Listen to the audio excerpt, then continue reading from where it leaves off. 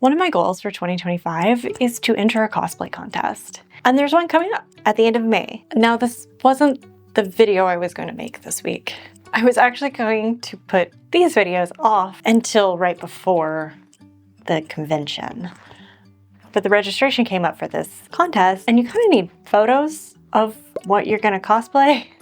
Listen, I'm very new to this. Obviously, I've never done it before, so that seems like a really reasonable thing to ask for, because you don't want people entering and not actually having a cosplay. But yeah, that seems like a reasonable thing to ask for. So I have to get started on it now and just cross my fingers that I haven't signed up too late. Oh, but I guess I should tell you what I'm gonna cosplay. I'm cosplaying Marcille from Dungeon Meshi, or Delicious in Dungeon. This is an anime that came out last year. It started as a manga. I don't know when it started as a manga. So the manga series was written and illustrated by Ryoko Kui, who is a female manga artist, which is somewhat rare in the industry. It started in 2014 and it finished up in 2023. I'd heard a rumor that the artist is a big gamer, and she kind of quickly finished up the series so that she could play Baldur's Gate when it came out. I don't know if that's true, but it is funny to me to think about that. But it came out as an anime last year, and I absolutely adore this anime. It's so good. It starts off really wholesome. Well, kind of. It's this team of adventurers who lose one of their companions because they got eaten by a dragon. But in this world, you can come back to life in the dungeon. So they're setting out to find her, and they have no money, so they can't buy supplies, so they eat the monsters within the dungeon. So there's a lot of cooking scenes and some really delicious looking food. The anime does take a darker turn, but it's so good. If you haven't seen it yet, I highly recommend. But moving along, here's our character. There's a lot to do here, which is not news to me. I have been planning this for a long time, but there's so much to do that I cannot possibly do it all very well in one video. So we're splitting this up into two. In this video, we're going to be tackling the props. So let's bring up a list of what we need to get done. We have her belt with a little bag on it, and this belt cinches at the waist. She has a second belt that has her book, her spell book in it. We'll need to make that. We also need to not make the spell book, but finish it. And I'll show you that later. Finish it because my partner took a bookbinding class and they made the book for me. So I have this really beautiful leather-bound book, and I just need to fix it up. So finish the book. Sandals, because we are gonna attempt to make sandals. I feel pretty confident about it. I've watched some videos, I'm prepared, I'm ready. And then we have the wig that we need to fix up. And I guess one of the most important things is her stuff. So, see, this is quite a list, right? I'm glad I have split this into two videos. And let's kind of work our way from easiest to hardest. Mostly because there's a couple of items I need for the staff that have not come in yet, so I can't do that yet. But when those do come in, we're gonna start working on that because that is gonna be a lot of steps, and a lot of these steps need drying time before I can continue on with them. First up is the belt that is a belt, cinches the waist belt, that belt. Let's do it. So I have bought pre-cut belts. It's not cheating. It's not cheating, okay? Pre-cut belts. The wider one is for the belt, and then the thinner one is for the book belt. And here is my beautiful bound book from my partner. Look at that. Isn't it gorgeous? Okay, we're getting ahead of ourselves, so set this aside. Oh my God. I found the sandpaper. Was it in my leather box? Sandpaper's for everything. Sorry, I was looking for this a couple videos back. I knew I had it. I knew I had it. I told you I had it. Just set that right there for now. We have this really nice dark brown that we're gonna dye the belt. and then a really cute belt buckle. I was going for something plain, but they didn't have it. So I got this ornate one, which is fine, I guess. Even though I just got dressed barely an hour ago, this isn't quite the right outfit for working with leather and dyeing things because I don't want to actually get anything on this dress. I'm gonna change clothes really quick so that we can get started on this. Ready? Much better. For the rest of the video, no more cute outfits. I'll be wearing some version of this. First thing we need to do when working with leather is a brand new blade. So let's change this. Quite a few years ago, I lived in this rent house that was complete garbage. And we found out that the sink was leaking because water was just pooling on the floor. So they opened up the wall, and in the wall were a bunch of razor blades. It was really weird to me, but I think during construction they just like they slide them into the wall when they're done with them, or I don't know, but I do think about that and that house often. If you would like to hear more stories about the Nightmare House, let me know. I have lots. What do y'all do with blades? I don't know what to do with them. I need like a jar to put old blades in. How about a pot? I'm gonna put them in here since this plant died. Look, I spent so much time on that cross stitch and I never came up to my office and this guy just died. It's so dramatic. All right, I'm gonna do this. We're gonna fold under this part here, which is where the buckle's gonna go. And then get through there. So we can probably cut it off around here. Cut this off. Now I'm not brand new to working with leather, but I am also no expert. I got this new tool. It's called, I think it's called a skive.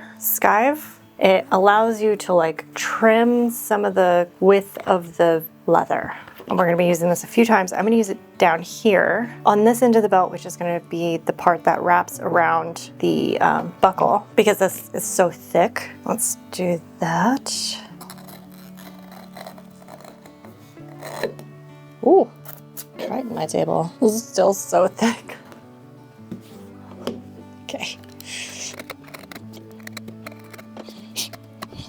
That looks good. And then we need a hole. Taking my buckle and marking. Let's do this on the other side so I can actually see the marking. And then to make this hole, I'm gonna take my hole punching tool, mark it. There we go. Okay, but before we put that on, we're not done yet. We're gonna take this tool, which I think is a bevel. Okay, and we're gonna trim the corners of the belt so that they kind of round out a little nicer.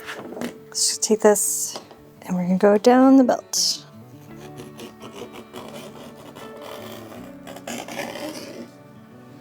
Great. Now we're gonna take this and set it aside. Now we need to make a pattern for the little like pocket she has on the belt. For the pouch that goes onto the brown belt, I made this fun shape that should fold into a box with an overlapping lid. I cut it out and then I make these really light score marks, just making a very shallow cut in the leather where the folds are going. I don't know if this is the way you're supposed to do it, but it made sense in my head, so that's what we're going with. Now I can fold the leather and it will have a somewhat crisp line. Then I want the bag to attach to the belt, so I mark 2 parallel lines so that I can feed the belt through these holes. To cut these out, I first use the hole punch, making a hole at the top and the bottom of each mark, and then using my box cutters to slice between those 2 dots. This is a way easier way to make small lines in leather instead of trying to use your box cutter. Taking some 220 grit sandpaper, I fold the leather where I made the shallow cuts and then I sand it down so that the corners aren't so sharp and stick out. Then I bevel all the edges and sand them down a little too. Now I'm using this tool that I don't know the name of and I'm too lazy to look it up, but it marks a line so that when I add in my stitching, it will be completely straight. Speaking of stitching, after getting my leather wet, I get my stitch marking tool and a mallet and make holes in the area where I'm going to be doing the stitching. It's really hard to just poke a hole into the leather with a needle, so this is kind of necessary. Now that I have all the cutting and hole punching done, I can dye my pouch with some leather dye and a giant cotton swab. Sorry about my big old head getting in the way. Now I need to set this all aside and wait for it to dry before I can move on to the next steps. And yes, there are many more steps. Now we can switch over to the book belt. While we are waiting for our belt pieces to dry, we need to start working on the book. I am so messy and so clumsy, and I really don't want anything to happen to my book. So I'm gonna wrap it in plastic wrap.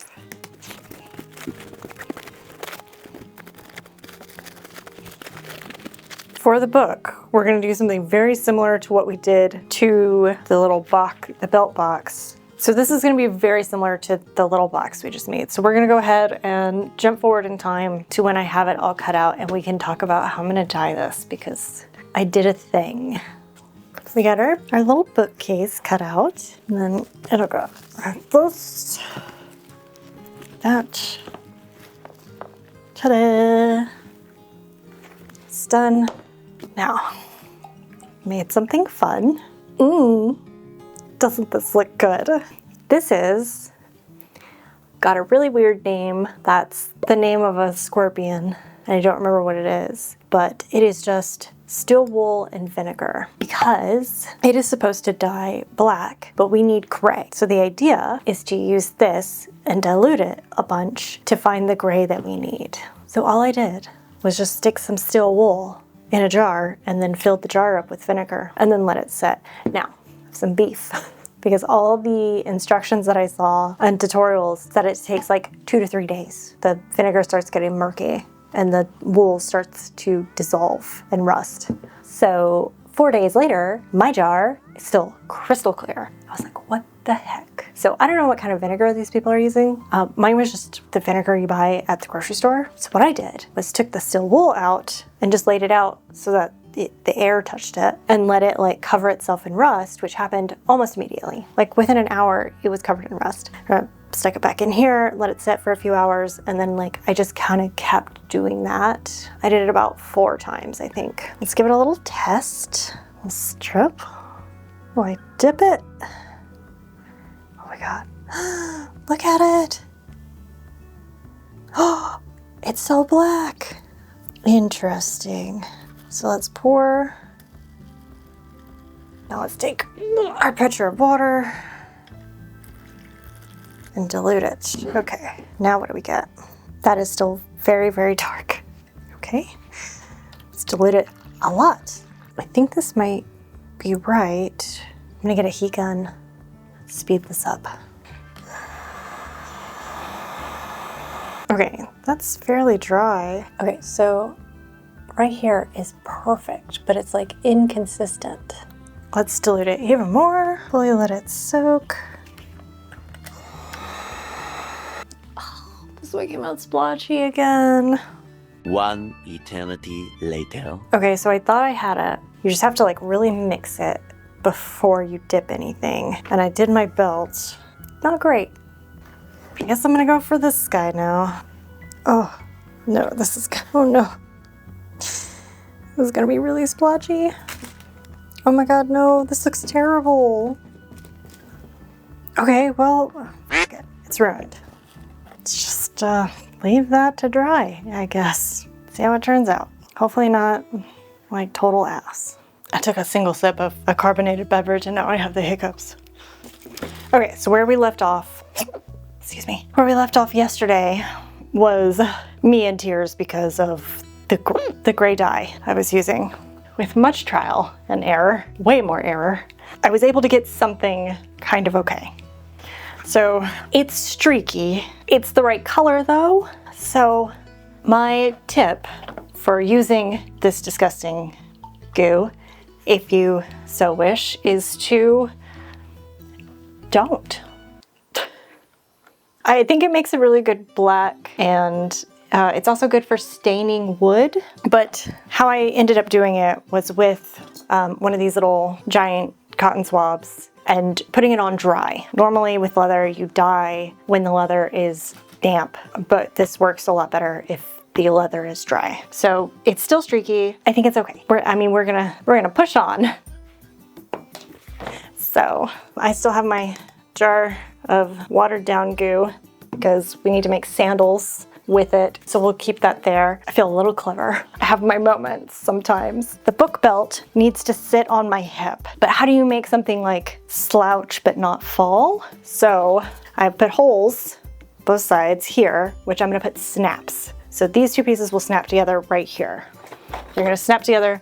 Behind this, I have put this little loop here so that I can, stop it, you're embarrassing me. Okay, stick that through the loop and then snap around it. Hey, look at that. Now it is secure. Great. Because after the veg tan leather gets wet, when it dries, it gets really, really stiff. And it just kind of helps to like smush it around in your hand. Kind of roll it a little bit. So I go to Tandy Leather for all of my leather supply needs. And we're not sponsored or anything, because you were wondering if I have any sponsors. I don't.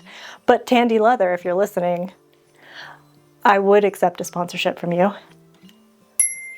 They are so knowledgeable and so helpful. Anytime I go in there, I always have questions and they're always able to help me. But yes, if you need any leather goods, I recommend Tandy Leather.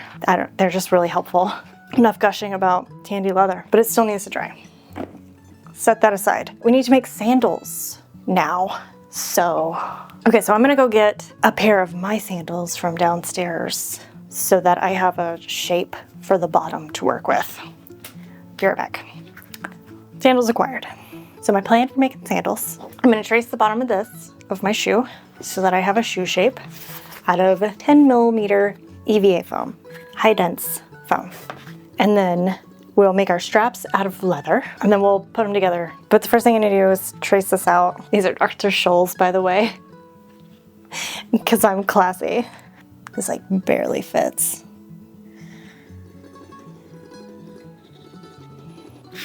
Cut these out.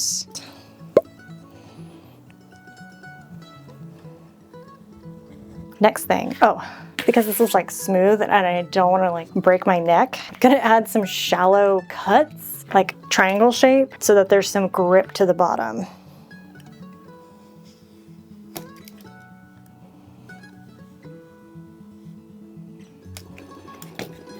Like this. See? Now we got grip. Let's just go top down for a little bit so I can continue to make these shoes. And after cutting out my sole pieces for my sandals, I need to make the straps across the top of my foot. And as silly as this is, I made the pattern with plastic wrap and duct tape. Look, I had a really bad experience recently where I thought a pattern piece would be completely straight and then really banged my head against it, only to find out that there's a slight curve. So I didn't want to go through that again. So I just made a pattern piece the cosplay way.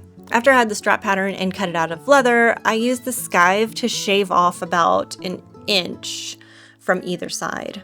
This part of the strap is going to wrap around the leather part of the sole and get sandwiched between the leather and the EVA foam.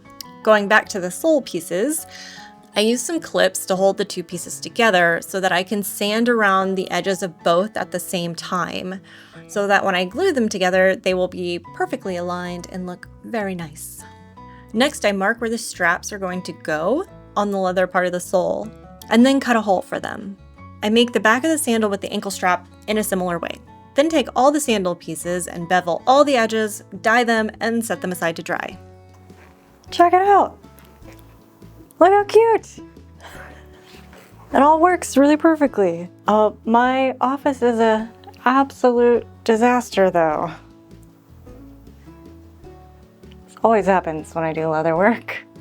The sandals are all primed and ready to go to be glued together. I went ahead and roughed up the top of the EVA foam and then also kind of sanded the bottom of the sole, and then when I glue them together, there's kind of more of something for the glue to hold on to, which is what we're gonna do now. And then we can get started on the staff, because I should have everything I need now, because my goodness, a lot of work goes into leather crafting.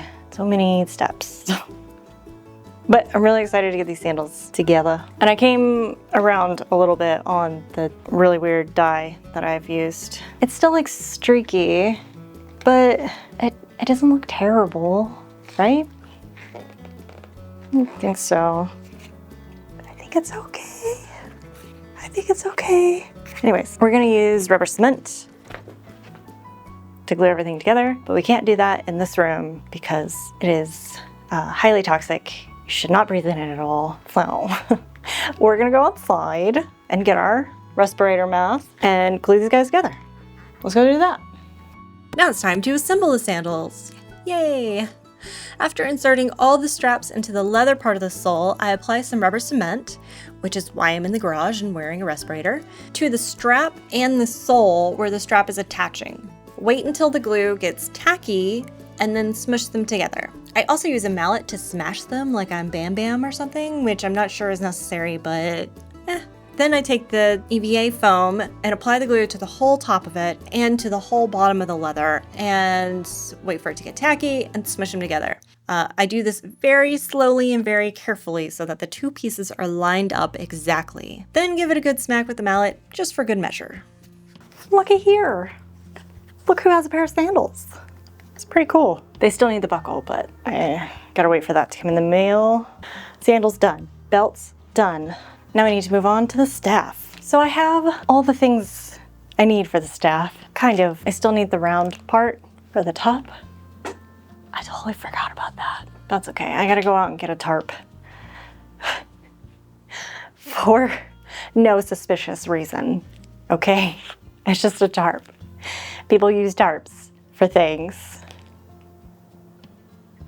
I got, okay, PVC pipe and this little gray thing, which is, oh, that's a terrible sound, a little connector. So it goes in each end of the pipe, and then you can unconnect them so that it's pieces and you don't have this one like big thing. So we need to glue these in kind of before I start anything because I need these to be dry. For the vines on the staff, I went through a couple ideas. My first thought was to take sheets of EVA foam and cut strips of them and then round out the edges so that they're, you know, tubular, half tubular, and then I could glue those down. And I was like, no, that's crazy. That's so much work. What if I do paper mache? And is there a way to like twist the paper mache and then put it on so then it looks like vines? And I wasn't sure about that. And I have very deliberately stayed away from any videos where somebody makes Marcelle's stuff. Anything about the making of her cosplay, I have completely avoided until about a couple weeks ago when I was trying to figure out how to make this freaking staff. And I'm really glad I did because apparently you can buy tubes of EVA foam. So you don't need to cut strips and then round them out. You can just buy them that way. I did not know that. So I learned this from a video, what's her name? Let me look. Tiffany Gordon. She does some really, really cool cosplays. I think she's been doing it forever. And she's got a YouTube channel. Figured this method out from her. So I want to make sure I give her credit. But the first thing we need to do, I say that a lot. Oh, that's starting to drive me crazy. But before I start anything else, that's better. These are tubes because 2 full tubes were the same price as 1 tube cut in half. So it seemed really silly to buy them cut in half. But now I got to figure out how to cut them in half. And I think I know how. I think I have a plan. It involves my table and a clamp and a razor. But I think I got it. But I got 3 sizes, 2 thick ones, 2 medium sized, and 2 smaller ones. All right, well, we gotta cut these tubes. We gotta cut these tubes. Oh, like a baby. That's why it sounds weird. Cutting the tubes in half was really easy with my rig. I just clamped a razor to the edge of the table and carefully ran the tubes through it. And voila, there you go. Welcome to my office for today. I'm in the garage. And it's very windy and the leaves are being very loud. I'm sorry.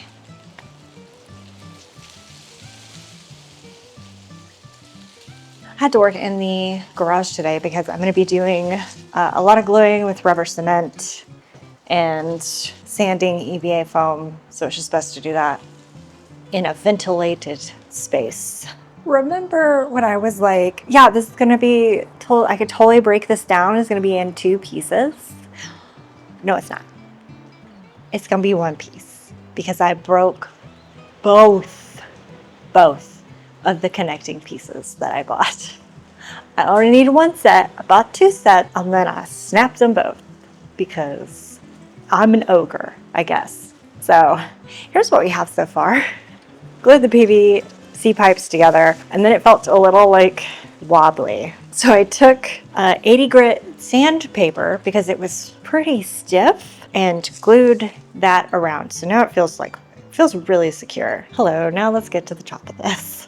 I thought this would work, but this feels really wobbly now.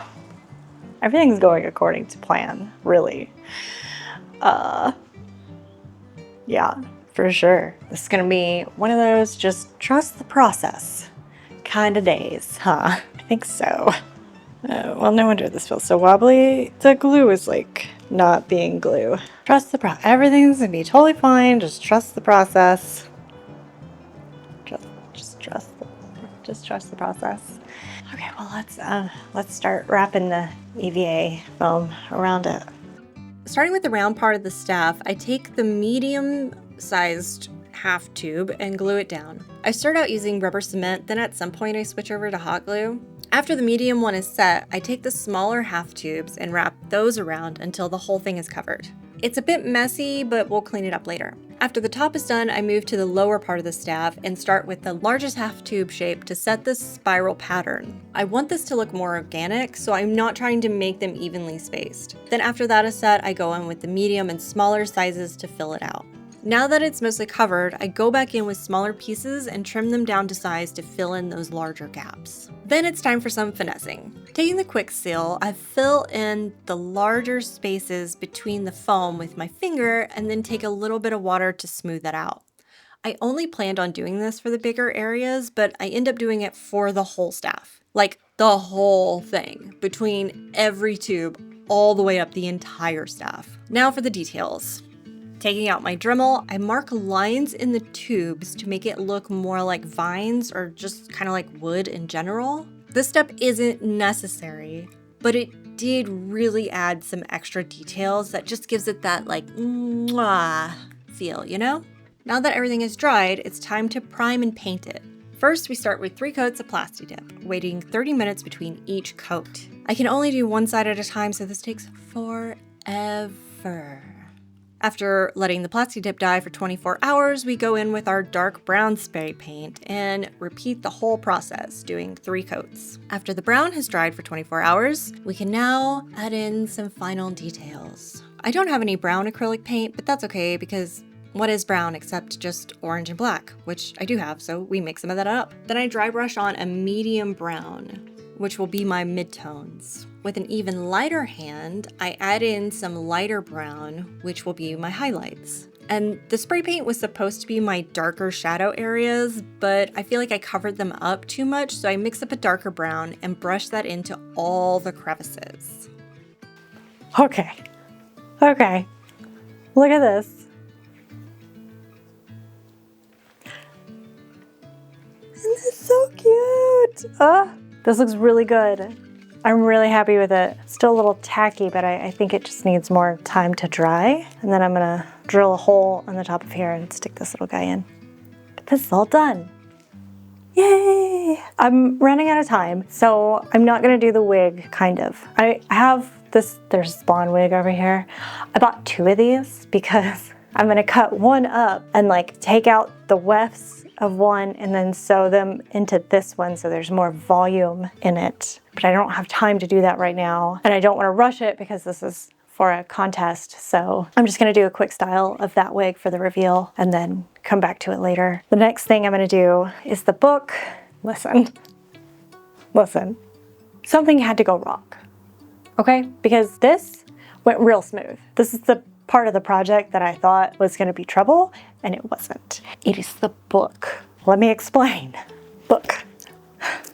The original plan was to make a stencil, not putting any other thought into that. Just, we'll make a stencil and then we'll paint gold on top of it because I have this nice gold leather paint and the book is leather. So simple.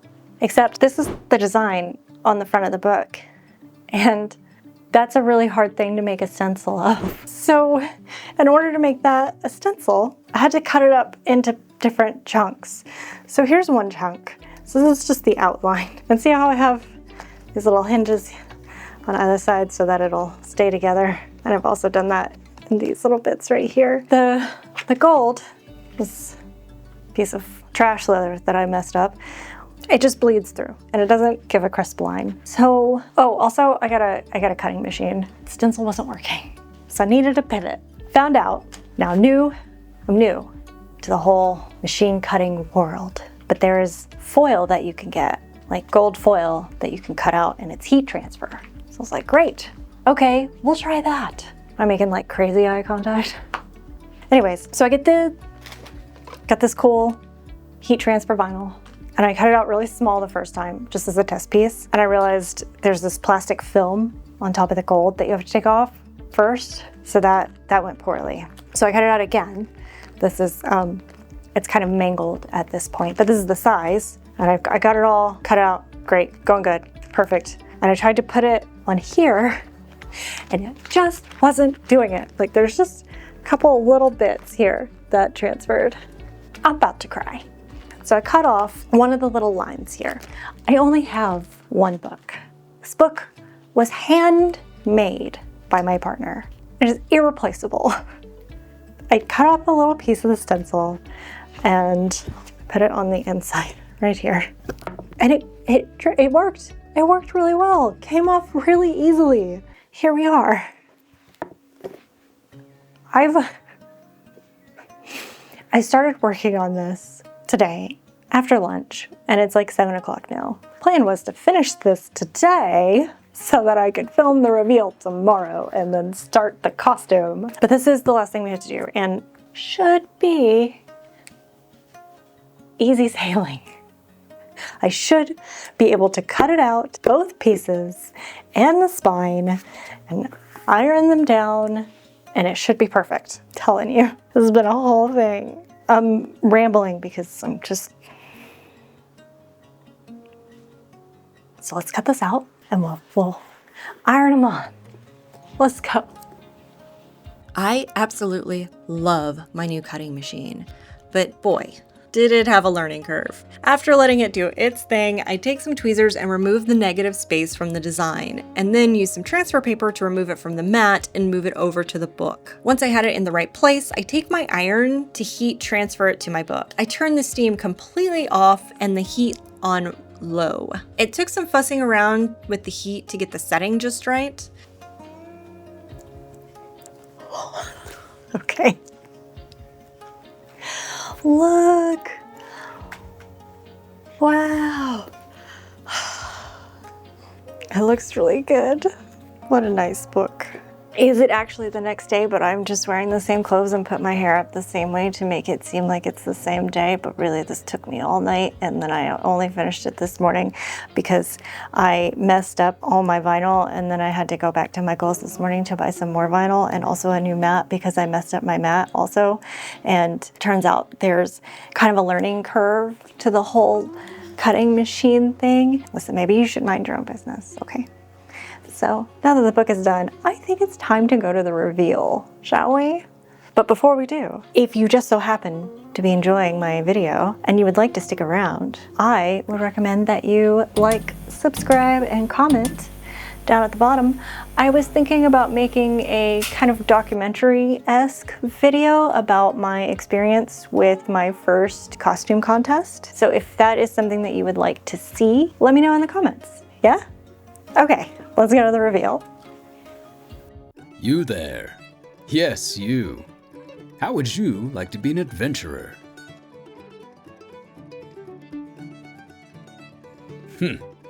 Yes, I thought so. Before we set off into the dungeons, there are a couple of things we need to figure out. First, let's choose a race.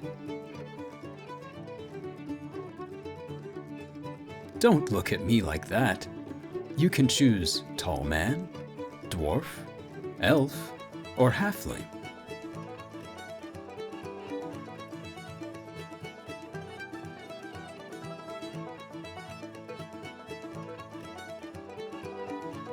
Perfect. Now you'll need a specialty. Mage or archer? How about a staff instead? Don't forget your spell book. You'll also need a place to carry ingredients. How about a nice belt with a pouch?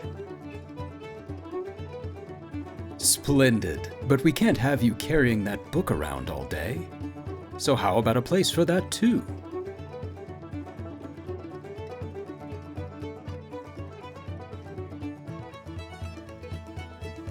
Looking good. The last thing you're going to need is a pair of sturdy shoes. Really? Sandals? You know you're going into a dungeon, right? Okay. Now we need to do something about those clothes. But that will have to wait until the next episode. Stay tuned. Do I look good as a blonde? It's freaky. My head is also a bit lumpy, but this was a very rushed wig job. And look, I know you can see my wig lace, okay? I don't need you to roast me for that. I know. I'm new to wigs. I'll get it right next time, okay? I promise. Some things do need fixing before I go to the contest with these props, at least. The first one being, I think I'm gonna have to remake this again because the book fits so snugly, it's really hard to get it out.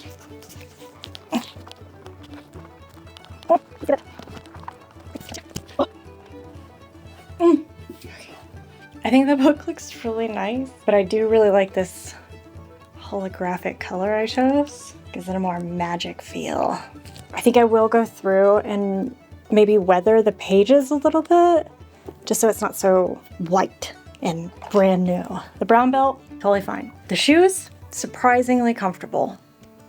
And my little elf ears are so cute. I can't remember what the company is called, but I'll link them below. The staff, this is great. Look how cute this is. A little leaf on top. Stinking adorable. That's all I got for this week. And now it's time to start making the actual costume, which I think is not going to be that hard. We'll find out, I guess. See you guys in 2 weeks. Bye. Wow, that seemed like a lot of words kind of like jumbled together. Fine, whatever. Just walk across the room. Dagnabbit. Don't do that. People don't find that funny. I just remembered I left ice cream on the counter. BRB. Da, da, da, da, da, da, da, da.